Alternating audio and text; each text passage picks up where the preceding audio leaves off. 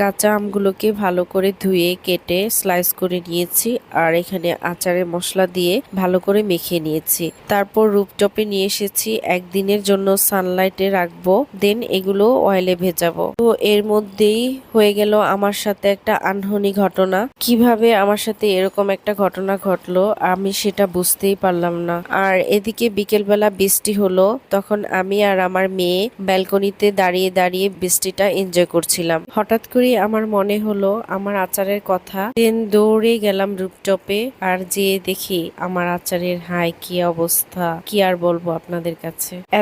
এত কষ্ট করে আমি আচারগুলো দিয়েছিলাম, সব সাগরে ভাসছে। ফার্স্টে বৃষ্টির আনন্দটা অনেক পেয়েছিল আমাকে, আর এখন বৃষ্টির সাগরে আমি ভেসে যাচ্ছি দুঃখে। আমার এত কষ্টের আচারগুলোর কি অবস্থা হয়ে গেল দেখুন আপনারা সবাই। আমার মতো আনমনা হয়ে থাকলে এই ধরনের অবস্থাই হবে।